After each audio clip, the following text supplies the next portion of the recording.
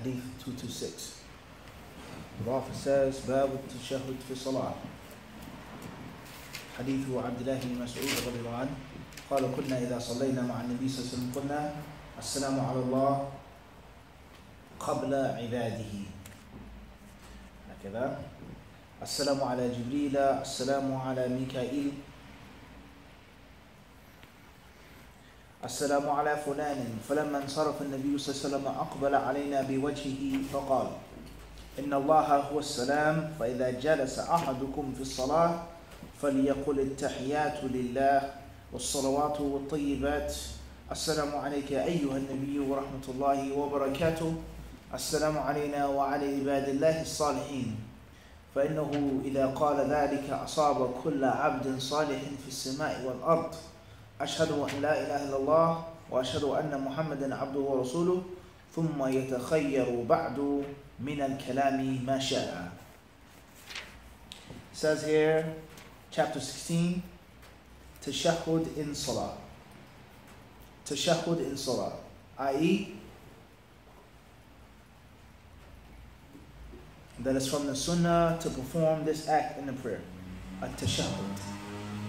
Regardless, first Tashahhud, second Tashahhud, sitting for the Tashahhud, moving the finger, keeping it still, is it obligatory, is it recommended, sending prayers upon the Prophet ﷺ, mandatory or not, al-muhim Tashahhud is from the Salah. Fihi mashru'iyyat Tashahhud fi Salah.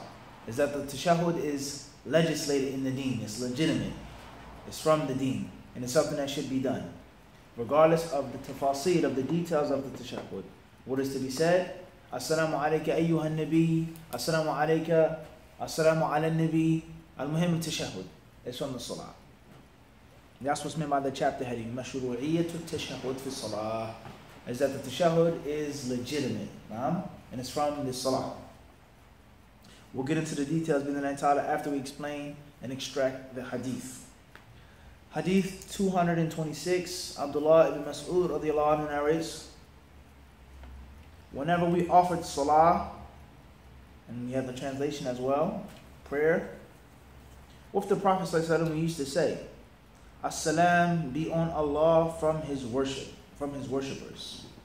It says here in this translation, or in this version of the Arabic, it says,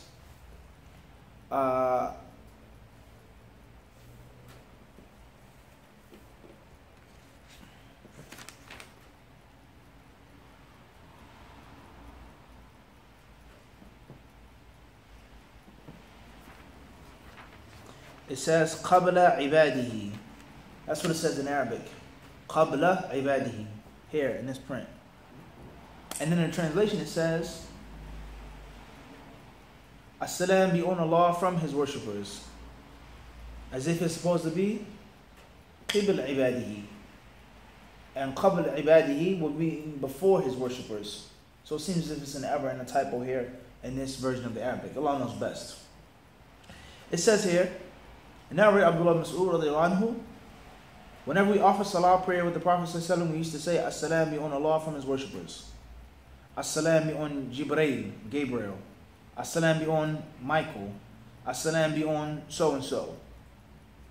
When the Prophet ﷺ finished his salah, he faced us and said, Allah himself is As-salam, peace. So if any of you is sitting in salah, sitting posture for at-tahiyyat, then he should say, and then it goes on to mention the Roman transliteration for the Arabic supplication. And it doesn't have the translation of that dua whatsoever. It says, for if he says that, it will be for all the pious slaves of Allah in the heavens and the earth. Then he should say, and it mentions the Roman transliteration once more. The end of the translation says, and then he can choose whatever speech, i.e. invocation, he wishes. Right. So we have several different problems with the translation, as we normally do. Jibreel is translated to Gabriel, who is Mikael. And why isn't his name mentioned in Arabic and then mentioned in English? Michael. Everybody understand this? A consistent flow. So we have Jibreel mentioned, and then we have Mikael mentioned. So Jibreel is mentioned, is quoted here in Arabic, or Roman transliteration, then Gabriel, the equivalent in English. Then when it comes to Mikael, there's no what? There's no Roman transliteration for it in Arabic, but it's just what it is in English, equivalent English. طيب. Then we have the concept of the glitch between the translation in Arabic. قبل عباده قبل عباده من قبل عباده. طيب. That's a problem. And then we have the entire tashahhud, which is not translated. So the author, or not the author, but the translator, Allah reward him well, he finds it necessary to translate the word salah each and every time it's mentioned in the book. It's durura, to translate what? Salah, what salah means. But it's not absolutely mandatory or preferred to translate the what? The tashahhud. Everybody understand this? That's clearly what? Problematic. Tayyib? And as we said before, we explained before, it's not just to find fault or to be picky or to talk bad about anyone. No, that's not the point. We're talking about respect for the hadith of the Prophet and accuracy. Nothing more. Everybody understand this? Nothing more. Tayyib. So there are several different issues with the translation. So let's stick with the hadith right now. It says here that Abdullah ibn Mas'ud radiallahu anhu, he said, and keep in mind Abdullah ibn Mas'ud was from the ulama of the Sahaba. He's from the Qurra, the reciters. He's from the Mufassirin, the ulama of tafsir of the Sahaba. Ibn Mas'ud radiallahu anhu was from the people who narrated a good amount of hadith, not 1,000. He wasn't from the Mukthirin, the 7 prolific, but he was close. Some say up to 700. Naam. Also, Ibn Mas'ud radiallahu anhu was from the fuqaha of the Sahaba, those who had atba' and ashab. He had followers and students, he had disciples. He had his own madrasa of fiqh. Tayyib. And this goes on. So now you're going to pay close attention to Ibn Mas'ud's hadith. Any hadith of any companion, of course. But when you have a companion like Ibn Mas'ud narrating, it's even more special. Because of the things that we what? Just mentioned. His knowledge of the Quran, of fiqh, hadith. Everybody understand this? And his virtue with the Prophet ﷺ. And this is important when it comes to conflicting hadiths. Okay? Very important fa'idah for those who wish to study the sunnah in Arabic is that when you have one bab, one topic, reciting the Fatiha in the Salah, naam, or moving the finger in the Salah, mathalan, or anything, the Hajj of the Prophet ﷺ, any bab, any mas'ala of fiqh, and then you have different narrations in which more details are mentioned than others, less than others, naam, or maybe even some ta'aruf, in which there's some hadiths which are seemingly to be conflicting.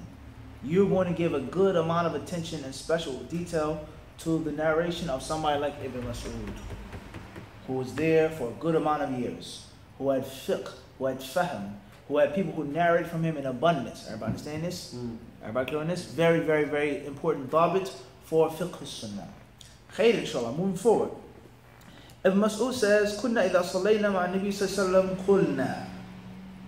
He says that whenever we pray with the Prophet صلى الله عليه وسلم, i.e. وَرَاءَ النَّبِي صلى الله عليه وسلم, behind him, that's what's meant by it, with him, we would say, As-salamu ala Allah qabla ibadihi.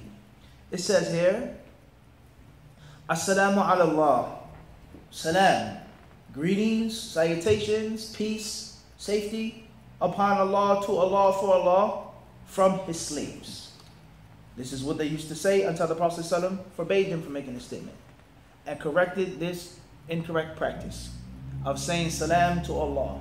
Everybody understand this? That's what they used to say, the Sahaba. And they also used to say, As-salamu ala Jibreel. They would send prayers and salutations or ask for peace and safety to be sent upon Jibreel. We all know Jibreel being what? The archangel, the top angel. Naam. It says here, As-salamu ala Mikael. And also salam upon another angel, whose name is Mikael. We all know is well known in the Kitab and the Sunnah as well. It then says, As-salamu ala fulan.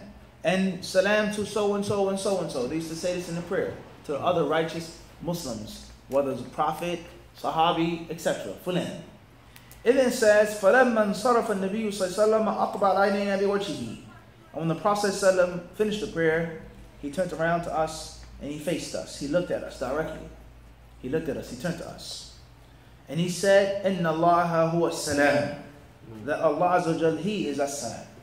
I.e., there's no need to say As-salamu ala Allah, because Allah is what? As-salam. And we'll explain exactly what that means later on, inshallah. What is meant by Allah's name? As-salam. It says here, فَإِذَا جَلَسَ أَحَدُكُمْ فِي الصَّلَاةِ. So whenever one of you sits in the prayer, i.e. in the tashahhud, regardless whether it's the first tashahhud or the what? Second and last. Al-Muhim is when you sit where? For the tashahhud. فَلْيَقُلْ, he should say, التحيات لله. التحيات لله, which literally means greetings and salutations to Allah. التحية. And some of the ulama, they say, التعظيمات, means of extolling and exalting Allah subhanahu wa ta'ala. That's what's meant here by التحيات to Allah. والصلوات والطيبات كذلك. السلام عليك أيها النبي ورحمة الله وبركاته.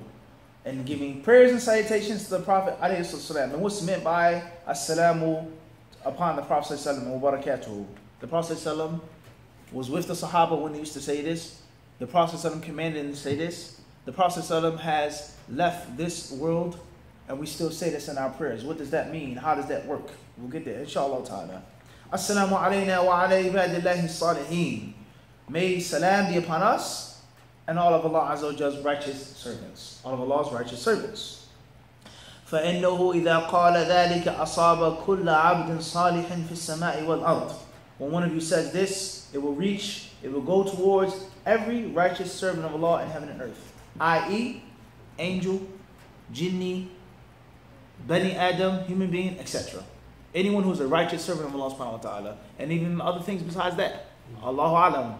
Is it just pertaining to people who have intellect and intelligence? Is it pertaining to people who are mukallafeen, who are held responsible for their deeds like the jinn? Or is it talking to anything that's a servant of Allah, righteous? Of an inanimate object, of a bird, Allahu alam. Everybody understand this? There's no doubt that the zahir is that's pertaining to an aqil. Everybody understand this? A righteous servant, i.e., who has the ability to be a wicked servant. Everybody understand this or not? The fahm of the sunnah, how to understand it. Everybody clear this? The zahir, lasna la najzam, we're not decisive on this, but the zahir, that which is apparent, is that the Prophet ﷺ here, this hadith is talking about that which is a what? An aqil, a mukallaf. Someone who's what? Held responsible. What is the context clue for what you're saying? What is the qarina here? The qarina is that he said abdin salih, righteous slave, i.e., who has the ability to be a what? A wicked slave. And that's why he specifically mentioned a what? Righteous slave as a praise, because he has the ability to be. Everybody clear on this or not? He then says, and then ashhadu an la ilaha illallah wa ashhadu anna muhammadan abduhu wa rasuluh, making the kalima of tawheed, the shahadatayn. And notice here it doesn't say ashhadu an la ilaha wahdahu wa la sharika lah, as you may find in some books. It doesn't mention that here in the Sahihain. It then says ثُمَّ يَتَخَيَّرُ بَعْدُ مِنَ الْكَلَامِ مَا شَاءَ. Then after you say this, choose any supplication that you want to, i.e., that which is commanded, which you have to say, which you're commanded to say, is the first part of the tashahhud.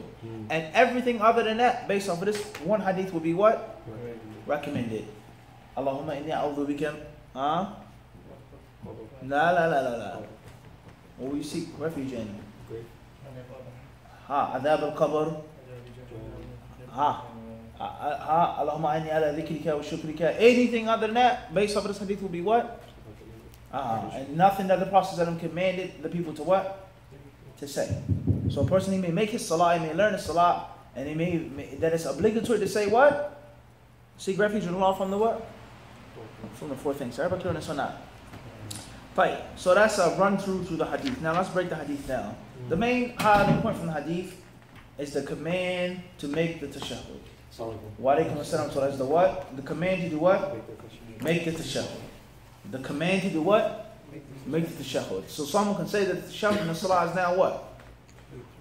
Mandatory. And what's the highlighting point from the hadith? فَلْيَقُلْ. إيش خالد? فَلْيَقُلْ. He said he should what?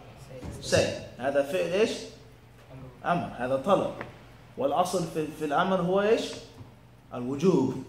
الأصل في الأمر إيش؟ الوجوب. ما لم يصرفه صارف. طيب, as we explained over and over and over and over again. That's the highlighting point from the hadith. That's the shahid from the hadith.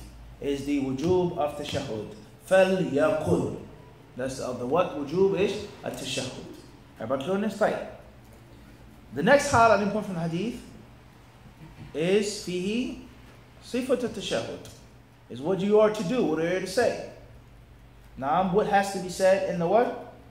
And the tashahhud. Khairan inshallah. Right. So those are the main two highlighting points from the hadith.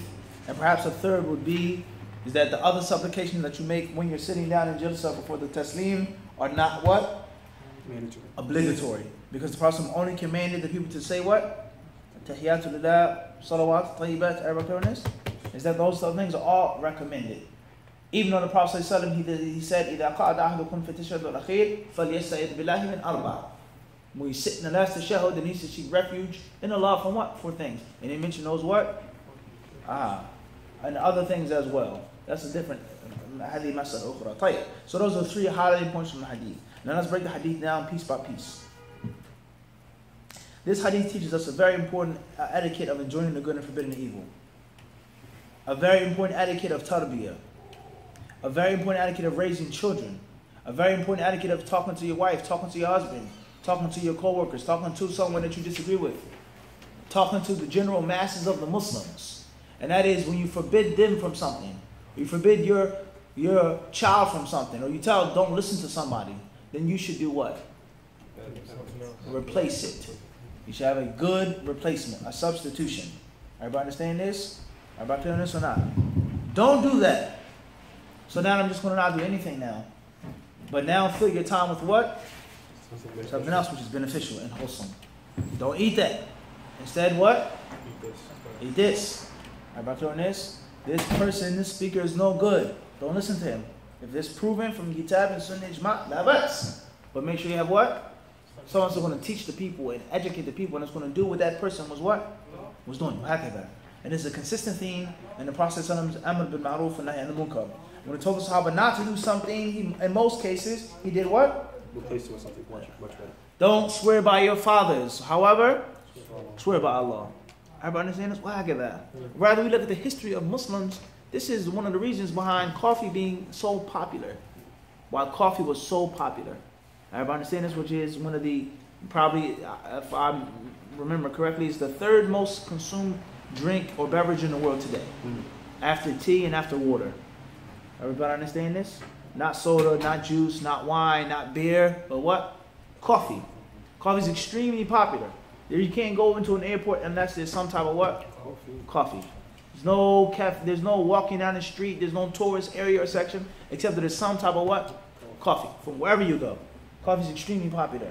But you read about the history of coffee, it wasn't always as popular, especially to the non-Muslims. It used to be prohibited. Christians couldn't drink coffee at the time. As we explained in 5 minutes of Faida before, called major beans. So here we explained the history of coffee and its benefit. History of coffee. At one point in time, coffee was a Muslim drink. Christians were not allowed to drink coffee in Christendom. Rome, Europe, they couldn't drink coffee. It was only for Mohammedans. Why was it only for Mohammedans? Why was coffee so popular? Because coffee replaced liquor. Coffee replaced alcohol. And the Arabs, just like other societies and civilizations, but specifically them, they love liquor and alcohol. They love to what? To drink. It was a part of their culture.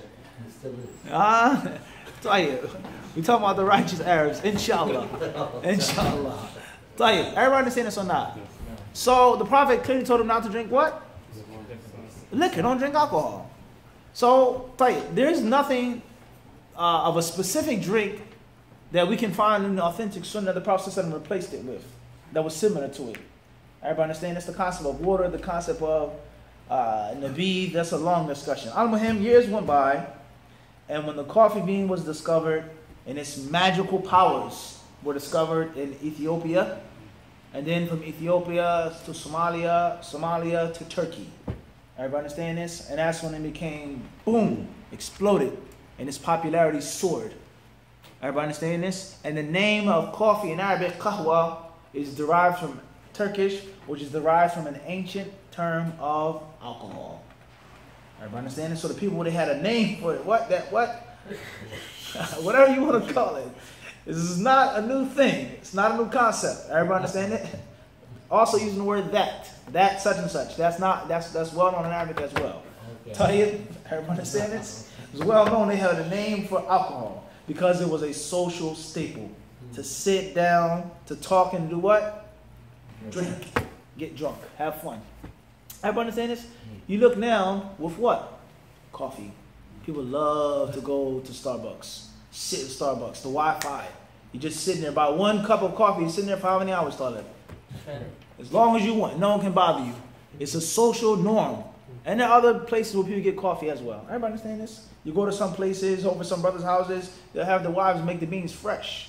No, green beans. She'll roast them, grind them, and make it on the spot, fresh. Coffee. Okay. Everybody understand this?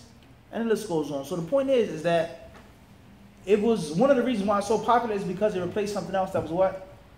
Popular, which was alcohol. Everybody understand the point I'm trying to get to? So the only point I'm trying to mention is that our class right now is not about coffee, sorry, and the history of coffee and the evolution of coffee. What our class is on is that from the etiquettes of enjoining the good and forbidding the evil, from the etiquettes of tarbiyah, from the etiquettes of teaching, is that when you take something away, you should do what? Replace it. Everybody understand this? Busy yourself with something else now. It's hard. You can't make zina. Zina is haram. So therefore, you need to get married. Everybody understand this? You have a problem watching this, so now you need to do that. Something else. This is fiqh of enjoining the good and what? Forbidding the evil. And not just say, stop, that's it, khalas. It's hard. Everybody can't just do that. Khairan inshallah. Moving forward, the hadith shows us that the alim, the scholar, the learned one, is supposed to teach his students and educate them. And if he hears them saying something wrong or seeing them doing something wrong, he should do what? He should teach them. He should what? He should teach them, and he should be a man about it. Where the hadith says that he turned around and he what? Faced them. He didn't say behind their backs. He did what? He faced them. Everybody clear on this or not? And also shows the compassion of the Prophet sallallahu alaihi wasallam. This hadith also affirms one of Allah Azza wa Jall's names, subhanahu wa azza wa jalla, which is as-salam. Allah's name is what? As-salam. And what does it mean, as-salam? Is that a correct translation that Allah is peace? Is Allah peace? Is that a valid translation? The ulama of Islam, they say, Bismillah, what's meant by Allah's name, as-salam, several things. From them is what? As-salim. As-salim. Min al-uyub wa naqa'is. Is that Allah Azza wa Jall's name is as-salam, but also has another meaning on another wazn, as-salim. The one who is free from blemishes and defaults. The one who's totally, absolutely what? Perfect. So from the meanings of salam and so on, because the word salam doesn't just mean peace. Salima means to, has several meanings. From the meanings of salima means to run away, to escape, to get out of dodge, to be safe, to be free from. Everybody understand this? I got out of the way. Which obviously is connected to what? Peace. Somebody shoots at you, you duck, the bullet missed you. Salimta. Everybody understand this? And now you're in a state of peace. So from the meanings of this is that Allah is free from any defect. Anything which is a blemish, which is an imperfection, has nothing to do with Allah subhanahu wa ta'ala. Everybody understand this or not? As-salim. Salim. Everybody clear on this? Also from Allah, the meaning of as-salam, the ulama of Islam, they say al-musallim. Is al-musallim. On the wazn mufa'il. And al-musallim has several meanings as well. Al-musallim means the one who gives salam. And the one who gives salama. Alladhi yusallimu ibadahu. He gives them what? Salama and salam. He gives them peace. Allah is the one who what? Gives peace. And He grants peace. Peace of mind, physical peace, whatever peace you want. It only comes from what? Allah. That's why most people, when they accept Islam, they say before Islam, I had to drink, I had to listen to this, I had to watch this before I can go to sleep. They never had any peace. Peace of mind. Everybody turn this on out? Also, Allah Azza wa Jalla is the one who grants safety to His slaves. He grants what? Safety. And He's also Al-Musallim. Allah Azza wa Jalla sends what? Safety. Salutations. As is mentioned in the Kitab and the Sunnah. Everybody understand this? Salam. And Jannah. Everybody clear on this or not? طيب. وصلى الله وسلم إن الله وملائكته. Everybody clear on this? So these are also from the meanings of what? As-salam. As-Salim al-Musallim. Khairan inshallah. Just or similar to the concept of al-Mu'min. What's meant by Allah's name al-Mu'min? Doesn't mean the believer. It's difference. So that translation here is not the most what? Accurate at all. Khairan inshallah. So this hadith shows us that the Prophet affirmed Allah's what? Name. He did not say it means this, it's like this, it really isn't like that, but it's really figurative. No, you can't say that. It's just a metaphor. The Prophet, he did what? Athbat al-ism. He affirmed it. And he was speaking to a people who spoke the Arabic language, and their minds were not tainted by philosophy, quote unquote. This is a long discussion on what philosophy is. All philosophy is not necessarily negative. The word philosophy doesn't always mean a specific thought. Philosophy can mean just the way you think. Everybody clear on this? Greek philosophy, Roman philosophy, Indian philosophy, Egyptian philosophy. Everybody understand this? Ilm al-Kalam. The innovations, the things that tainted the Muslims' minds. You have to read about the Islamic history. I can't teach you that. You have to read about what happened in the 3rd and 4th, 5th century with Ilm al-Kalam. You have to read about the history of the Islamic Aqidah. Where is Ash'ari and Maturidi? Where do they come from? Mu'tazili, Jahmi. Where did these people come from? How did they start to distort these things? He spoke to people who had the organic understanding of the Arabic language and the conceptualization of Allah subhanahu wa ta'ala. There's no metaphor, there's no similarity, there is no really how does it mean. Everybody clear this or not? Everybody understand this or not? Tayyib. Moving forward, it says here, Inna Allah huwa salam. Allah is a salam. In other narrations it states, don't say that. Don't say as-salam ala Allah. Lish? Because? Other versions outside of the one that's quoted here, they say, don't say salam upon Allah because Allah is as-salam. In other words, there's no point. You're wasting your time. Allah doesn't need your what? Salam. Because He is as-salam. Everybody got this or not? Tayyib. And it shows the Prophet using logic with the Sahaba. Everybody understand this? Moving forward. Hadith then says, فَلْيَقُلْ. He should say. He should what? She should say. They should say. Al-Muhim, the one who's making the what? Tashahhud. Everybody clear on this or not? And we explained that. Right. Moving forward, it says, At-tahiyyatu lillah was-salawatu wal-tayyibat. Yani ta'zimat. At-tamjeed wal-taqdees wal-ta'zim. To extol and to exalt Allah subhanahu wa ta'ala, to magnify Him, Azza wa Jalla. That's what's meant. It then says, Assalamu alayka ayyuhan nabi wa rahmatullahi wa barakatuh. Assalamu alayka. May salam be upon you, O Nabi, and Allah's blessings and Allah's mercy. This hadith affirms that the Prophet ﷺ taught them what to say in the tashahhud, and in this narration, in this one, he does not say, why am I alive? Ma dumtu fikum, ma dumtu ala qayd al-haya, wa idha mut faqul assalamu ala nabi. Everybody understand this? He did not make any specific exclusion to the rule. When you say assalamu alayka ayyuhan nabi or assalamu ala nabi, because we have an issue here in which there are other narrations outside of Bukhari and Muslim, even statements of Ibn Mas'ud, let alone with the ulama of Islam, different say, in which they say when the Prophet has passed, then don't say this anymore. And in tashahhud you should only say assalamu ala nabi, salam upon the nabi, and don't say assalamu alayka ayyuhan nabi, because that is clearly a what? An address. Ya Umar, ya ayyuhal ladhina amanu, I'm calling out to you. We hear or not? Everybody clear this or not? So the Prophet ﷺ, some of the ulama, they say that this is only to be said during his lifetime.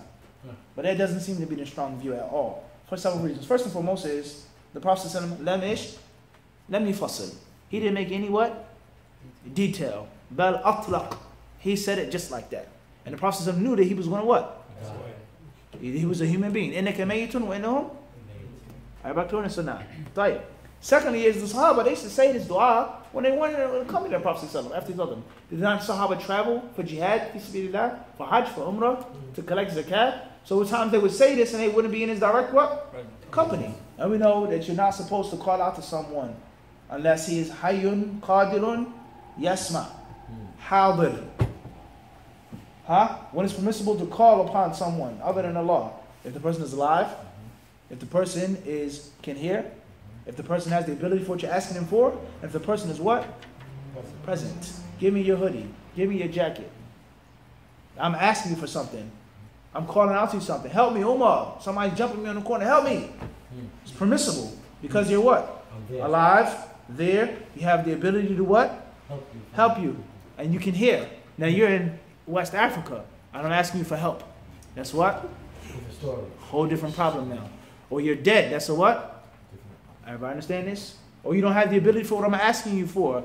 Grant my mother shifa, please. Yeah, Imam. Please give my wife shifa. That's what? I don't have the ability to do that. Everybody understand? And that's when it becomes shirk.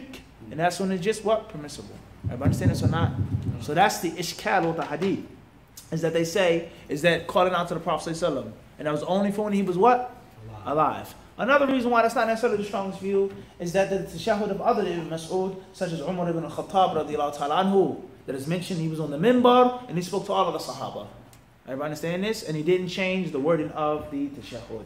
Khairan inshallah. Moving forward, this is very popular. You find many books, especially Shaykh al-Albani's book, Sifat Salat al-Nabi. The opinion of Shaykh al-Albani rahimahullah was the narration of Ibn Mas'ud that says we used to say this when he was alive. And when he died, we said, Assalamu ala nabi. And don't say this anymore. Moving forward. The hadith then says, Assalamu alayna wa alay ibadillahi salihin. Asking Allah to give prayers upon you, us, the Muslims. Making dua for yourself. And upon all of Allah's righteous slaves. Now, Allah Alam, what some people would say today, you say, may Allah help the Muslims. They say, you can't make that dua. May Allah unite. No, you can't say that. You have to say, may Allah help the Salafis. Or may Allah unite the Salafis. Or they may say, only give salam to Salafis. Only donate to what? Salafis. Because Salafi is the what? The way. The pure Islam. Everybody understand this? So it's nothing other than, so this hadith says what? Ala ibadillahi ish? Salihin. Allah's what? Righteous slaves. Well, what righteousness is there without Salafiyah? Someone's going to say. Everybody understand this? There's going to be an answer for no matter what you say. Everybody understand this? Al-Muhim, the hadith says, sending salam upon Allah's what? Righteous slaves. So these are the only people that's righteous. No one else is righteous. The general people that don't know much, they just follow it. There's no other righteousness except for those who know a detailed list of names and people and tabdi and mubtadi and this and that. And wallah, it's not a strange thing. We're not making this up. People right in New York City, in Queens, say this. If you don't know Shaykh for that, then you're not Salafi. If you're not Salafi, then you're going to the hellfire. If you're not Salafi, then you're Ahlul Bidah. Everybody clear this or not? So hadith does say Allah's righteous what? Servants. Everybody understand this or not? Moving forward, the hadith says, فَإِنَّهُ إِذَا قَالَ ذَلِكَ أَصَابَ كُلَّ عَبْدٍ صَالِحٍ فِي السَّمَاءِ وَالْأَرْضِ. When you say this, it will, bidn't ta'ala, reach every righteous slave in heaven and earth. And we explained what's the dhahir of that already. It then says, أَشْهَدُ أَنْ لَا إِلَهَ إِلَّا اللَّهِ وَأَشْهَدُ أَنَّ مُحَمَّدًا عَبْدُهُ وَرَسُولُهُ. Making the shahadatain, the kalima of tawheed once more, ending it with the kalima of tawheed, the shahadatain. And it doesn't state وَحْدُهُ لَا شَرِيكَ لَهُ, as you'll find in other books, where it says وَحْدُهُ لَا شَرِيكَ. It doesn't say that here in the Sahihain. It then says ثُمَّ يَتَخَيَّرُ بَعْدُ مِنَ الْكَلَامِ مَا شَاءَ. Afterwards, make any speech that you want to make.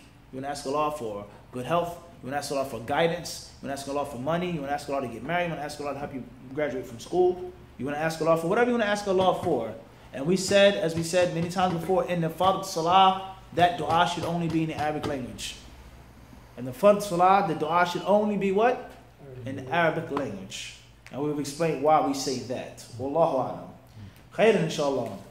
An-Nawawi rahimahullah ta'ala, he says regarding this chapter, فيه تشهد ابن مسعود وتشهد ابن عباس وتشهد أبي موسى الأشعري رضي الله عنه واتفق العلماء على جوازها كلها واختلفوا في الأفضل منها. He says in Sahih Muslim, not in Sahihain, the Sharh Sahih Muslim, he says we have the narrations of the following companions regarding the Prophet's tashahhud. Number 1 is Ibn Mas'ud. Number 2, Ibn Abbas. Number 3, Abu Musa al-Ash'ari radiyallahu anhum. He says in the ulama, they unanimously agree that it's permissible to make any of the tashahhuds. It's permissible to make what? Any of them. Just like the versions of the Prophet's qira'ah. One companion said he recited this in the surah, or this in the salah. The Salat al-Maghrib was very short. And another narration says that he recited Surah Al-A'raf, which is a very long surah. Everybody understand this? You take everything and not just one. Everybody understand this or not? Everybody understand this or not? And the same applies to the madhabs as well. The likeness, the ulama of Islam, they say, like Ibn Taymiyyah and others, they say, of one who just takes from one alim and that's it is like just taking a hadith from one sahabi and disregarding the rest. Disregarding what? The rest of the sahaba. It's no different. The sahaba, they differed in their level of memorization, of precision. Who was there for 23 years, 5 years. They differed. And they narrated what? Accordingly, based off of their levels. And the same applies to the what?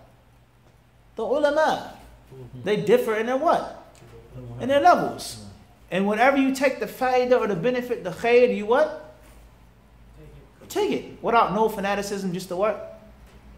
One person. I only take from this one person. And I won't take anything from the other person. He says that's the similitude of people who cling and clutch to the madhabs like this. If it's not Hanafi, I don't want to hear it. If it's not Maliki, I don't want to hear it. I'm not interested. If it's not Shafi'i, then it has to be Batil. If it's not Hanbali, then it's Da'if. And the list goes on. Everybody clear on this or not? So that's incorrect. So he says, so the ulama, they agree that it's permissible to make what? Any version of the tashahhud. Everybody clear on this? And that's also another qa'idah with regards to du'a al-istiftah, with regards to the hands and the knees, etc. Anything in which there are more than one narration, which are authentic, then it shows what? You can take what? Whatever you like. Not saying that the hadiths about the hands and the knees are authentic. That's just an issue of it's permissible because of the hadiths not being authentic. And the ulama agreeing that you can do both. Going your hands first or going your what? Knees first. Not saying that those hadiths are sahih. Moving forward. Says here, فَذَهَبَ الشَّافِعِيُّ, he says the ulama, they differ on what's the best tashahhud. What's the most thorough tashahhud. Nah? And this is a qa'idah as well. That they do not agree, or they don't disagree on what's haram, what's mandatory. On many issues. But they only differ on what? What's what? Best. What's best. Everybody clear on this or not? Everybody understand this? What's best? Hands first or knees first? And not necessarily differing on this haram to put the knees first. And if you put the knees first, then you're a mubtadi'. Everybody understand? This is a reality. This is not a joke. Allah knows we're not trying to say this thing out. I've seen it with my own two eyes. Anyone who goes down his knees first is a Sufi. Only Salafis, they put their what? Knees first. No. No. See? You're not Salafi. Clear as day. Everybody understand this? They do what? They put their what first? Everybody understand this? Okay, then, inshallah. Moving forward, he says, the ulama of Islam, they differ on that which is best, that which is afdal, that which is most preferable. فمذهب الشافعي رحمه الله تعالى وبعض أصحاب مالك أن تشهد ابن عباس أفضل لزيادة لفظة المباركات فيه وهي موافقة لقول الله عز وجل. طيب. He says here that the ulama of Islam, they differ on what's best. After they agree that it's what? Permissible to do all. He says, as far as the madhab of Imam Shafi'i, and some of the disciples of Imam Malik, then they say that the best tashahhud is the narration of Ibn Abbas. Now pay close attention to how no, he never said Imam Shafi'i. He said what? Madhab al-Shafi'i. And the madhab could be one thing, and the actual statement of the Imam could be what? Totally different. Now obviously there's no problem here, because they agree that they're all permissible, but in an issue in which it is a mushkil, in which the ulama is saying it's haram, it's da'if. Everybody understand this? And then he said, oh, this is Shafi'i. Shafi'i never said that you can eat this, or dress like this. Abadan. That's the madhab of the what? Shafi'iyya. Those ulama, not Imam Shafi'i. And he also said, Ashabi Malik. Disciples of what? Malik. And he never said what? Imam Malik. There's a difference between that as well. Khayran inshallah. So you have to be what? Precise. And when you sit with the ulama, you learn from the ulama, you read the books of the ulama, you also have to be what? Precise. It's not just you just do it. No, you have to have aql. And you have to be daqiq. You have to be precise in what you read and what you say and what you narrate to people. Right, but clearness or not. And sloppiness is the cause of many evils. When you're sloppy and you just meshi yani. Everybody understand this? Oh, he said it. Abu Hanifa said it. This is what the Hanafis do. Abu Hanifa never what? Evident. He never ever condoned this act. Everybody clear this? The early Hanafis never what? Condone this act. Everybody understand this? The early Malikis, they never what? Condone this act. The ulama of today that are alive, Sheikh Fulan, here and there, he never what?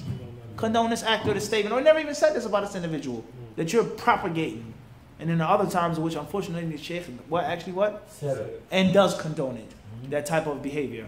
And you can't just blame it on a da'iyah. It's so embarrassing. It's so embarrassing, the da'iyah becomes the scapegoat. Because anyone with a clear aql is going to say, yo, this is not right. This is out of control. This is immature. It's like Royal Rumble. It's a game. One day this, next day that, this one, your mother, your father, all on the member. This can't be Islam. This can't be the way to Salaf. So the easy way out of that is to say what? It's the da'iyah. He misquoted the Shaykh. He didn't translate it right. If the scholars only knew about what's going on in America, if they only knew about what the brothers are doing, how immature they are, they backbite each other, they rush to make a mistake, they rush to make tabdi on him. The Shaykh has what? Nothing to do with it. Free from that. This is a reality that we're talking about now. Many people, because they're stuck between a rock and a hard place. They know the actions of the du'at are clearly what? Unacceptable. 100%. It's out of control. And the du'at are claiming to follow and the scholars. So the actions are totally unacceptable. It's no way that what? Or the Shaykh could have said that. And it's easy and convenient to do what? Throw the da'iyah under the bus. The dropout, the translator, the da'iyah, the one who runs the website. He really doesn't, he's immature. He's jealous and so on, but not the Shaykh. Okay, that may be true, as we said. But a year, 5 years, 10 years, how many years are you going to keep saying that? And they're getting the same tazkiyah from the same scholars or scholar. And the same representative, same translation. Are you saying that he has, where are they learning this behavior from? Basic psychology. You do something once, they say it's just a what? You do it twice, it's a what? See, pattern. Third time's program. This is reality. Everybody understand? There's no way they're going to keep doing the same thing and you know about it. It just doesn't work like that. Everybody understand this? He said, go to the scholars if you want. I'll challenge you. We'll go to his house and sit with him. He's clearly telling you that his behavior, his understanding is in line with the what? Scholars. This specific scholar. Did he not say that? We in the car driving? That's right, So you can't keep blaming the da'iyah now. Everybody understand this? And there are different levels of people who try to come out of the fitna. There are those who clearly see it for what it is. And then there are those who just, they won't make it out. It's just too hard. There's no way the Shaykh could have said that. There's no way the Shaykh is condoning this. It's not. That's impossible. And they will break down if they knew the bitter reality of things. Everybody understand this? And the proof of this is that whenever someone tries to bring those realities to the people, they have to assassinate his character and call him all types of bad names for saying nothing more than the truth. And the proof to this, the truth is that to this day you haven't what? You haven't debunked it. You just slandered, he's ignorant, he's this, a bunch of names, okay, no problem. But have you debunked what the person said? Because you can't. Everybody understand this? So never apologize for speaking the truth. Everybody understand this? No. Never what? Never apologize for speaking the truth. You can apologize for offending someone, but never apologize for the what? For the haqq, and never apologize for being ahead of your time. As Mohandas Gandhi said. He says the ignorant people will attack the people who wish to what? Speak the truth. And because they're way ahead of their time, he says don't apologize. Because it's not your fault. Everybody clear on this? Moving forward. He says, تحية من عند الله مباركة طيبة ولأنه أكده بقوله يعلمنا التشهد كما يعلمنا السورة من القرآن. وقال أبو حنيفة وأحمد رضي الله عنهما وجمهور الفقهاء وأهل الحديث تشهد مسعود أفضل لأنه عند المحدثين أشد صحة وإن كان الجميع صحيحا. وقال مالك رحمه الله تعالى تشهد عمر الخطاب رضي الله عنه الموقوف عليه أفضل لأنه علمه الناس على المنبر ولم ينازع أحد في دلالة تفضيله. وتحيات لله الزاكيات لله الطيبات الصلوات لله السلام عليك أيها النبي إلى آخره. واختلفوا في التشهد هل هو واجب أم سنة؟ فقال الشافعي رحمه الله تعالى وطائفة التشهد الأول سنة والأخير واجب. وقال جمهور المحدثين هما واجبان. وقال أحمد رضي الله عنه الأول واجب والثاني فرض. وقال أبو حنيفة ومالك رضي الله عنهما وجمهور الفقهاء هما سنتان. وعن مالك رحمه الله رواية بوجوب الأخير وقد وافق من لم يوجب التشهد على وجوب القعود بقدره في آخر الصلاة. No way he didn't says. So some of the followers of Shafi'i and Malik, they say that the best tashahud is that of Ibn Abbas, based off of the ayah in Surah An-Nur with regards to the tahiyyah, and also based off of the fact that the Prophet ﷺ, he used to teach them like they used to teach them the surah from the Quran. He then says Abu Hanifa and Ahmad, they say, and most of the fuqaha and Ahl hadith, The majority of the ulama, they say the best tashahhud is Ibn Mas'ud's tashahhud. The best version of it is what? Is that of Ibn Mas'ud. So we see here, Abu Hanifa, Ahmed, and other people agreeing. Everything Abu Hanifa said is not necessarily what? Total trash and batil. See? Programmed to throw Abu Hanifa under the bus. Not personal. It's reality. It's a what? It's reality. You train to Abu Hanifa what? Khata, batil. Bid'ah. As soon as you hear Abu Hanifa is automatic what? Batil. Abu Hanifa, his view here is in line with Imam who? Ahmed. The one who wrote what? Usul al-Sunnah. Everybody understand this? Everything Abu Hanifa said wasn't what? Batil. Khairan inshallah. It says here, Abu Hanifa and Imam Ahmed, radiyallahu anhuma, and most of the fuqaha on hadith, they hold the view that the best tashahhud was that of Ibn Mas'ud, because it's the most authentic. It's the most what? Authentic. Even though all of them are other, they're also what? Authentic. He says Ibn Mas'ud is what? A notch. A bit sharper. Real McCoy, as we say. Says here, Imam Malik, now not the followers of Malik, but who? Imam Malik. He said the best tashahhud is the statement of Umar ibn al-Khattab, which is mawquf. Not what the Prophet said, but with what? Umar said. With what? What Umar said. What does mawquf mean? You won't know unless you study Mustalah al-Hadith. So to read books of fiqh, to read books of Sharh Hadith, you have to know what? Mustalah al-Hadith. You have to know what? Hadith terminology.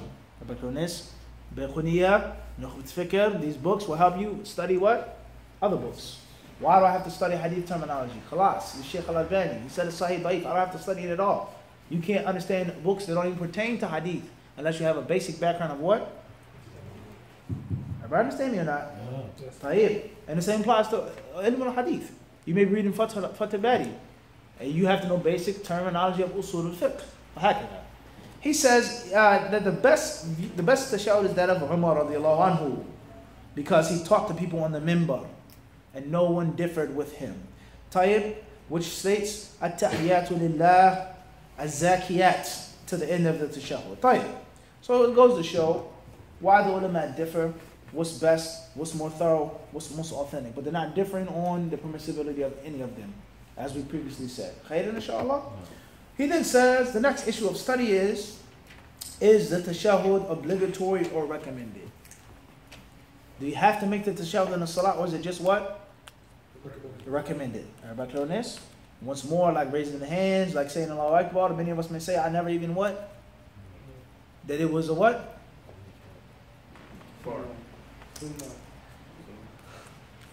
La. Huh? Recommended. No, everybody knows. We didn't even know there's a difference of what? Opinion. And which is some people saying that you don't have to make it. Everybody clear on this? When you're taught the salat, you're taught that you what? Without a question. Just like saying Allahu Akbar every time you move. Or so on and so forth. Raising hands. Everybody clear on this? Moving forward, it says here, they differ whether it's mandatory or not. The Shafi'i rahimahullah said, along with other ulama, the first tashahhud is only recommended, and the second tashahhud is obligatory. He says most of the muhaddithin, the scholars of hadith, they have the view that both of them are what? Wajib. Both of them are what? Are wajib. Imam Ahmed said the first is obligatory and the second is fard. What's the difference between wajib and fard? Is there a difference between wajib and fard? And did Imam Ahmed even talk like this? Al-wajib wal-fard. Everybody understand this? Because they both mean, in English, obligatory, but do they mean the same in Arabic and in usul al-fiqh? Moving forward, Abu Hanifa and Malik and most of the fuqaha, they say they are recommended. He said most of the fuqaha hold the view that it's what? Recommended. So once more, don't badger and bash someone to do something that most of the ulama say is what? Recommended. You believe it's obligatory, that's what? That's fine. Nothing is wrong with that. You do it in your salat, that's what? Someone asks you, you what? You tell them that. But to badger and abuse, that's a problem. Imposing something on a general layman Muslim that's following the teachings of his country or the ulama of his country. That's not something that's a bid'ah. That's a different story. We're talking about, this is all about the sunnah we're talking about. Everybody clear on this or not? Right, moving forward, he says, Malik also has another version which he says the last one is obligatory, etc. So we see that the ulama of Islam, they differ on the tashahhud being what? Obligatory. That which seems to be most correct, the zahir, is the view of the people of hadith.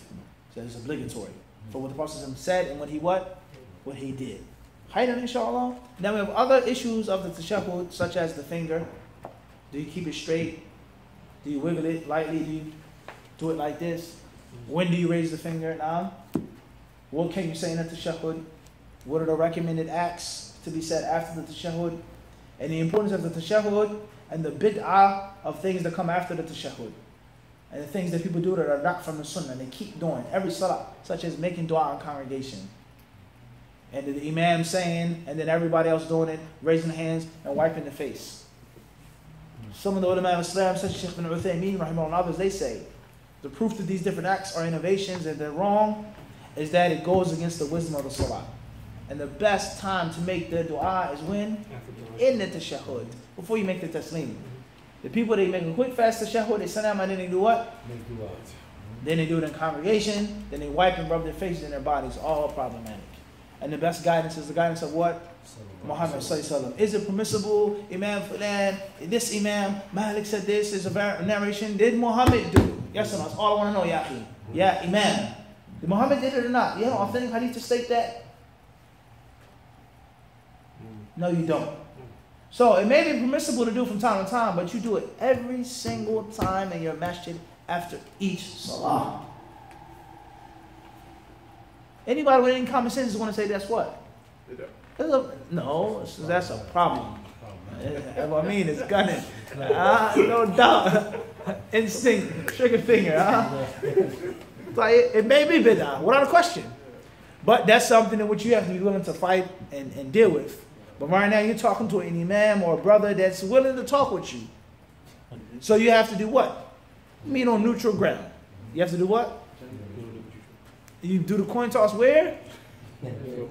In the end zone where? 50-yard line, midfield, half and half. Everybody understand? This is tremendous wisdom. You're talking to someone that's willing to talk to you. He's not calling you a Wahhabi and a this and a Salafi and a that. He's willing to have a discussion with you. You say, yeah, Sheikh, Wallahi, I want to benefit from you. Could you please tell me the hadith in which the Prophet did it every time he made the salah? Or Umar, or Uthman, or Abu Bakr. Can you tell me? If he's not a liar, he's going to say what? Mafi. There is none. So, Sheikh, how can you keep what? Over and over again. You do it once in a blue moon? Perhaps. Say what? Mumkin. Perhaps. Make dua. Mumkin. But you do it what? Every single salah in a specific manner. Every single time. And you don't have a hadith to prove that weak or authentic. Yes, Sheikh. There's no doubt. We're speaking on common sense terms. Something is what?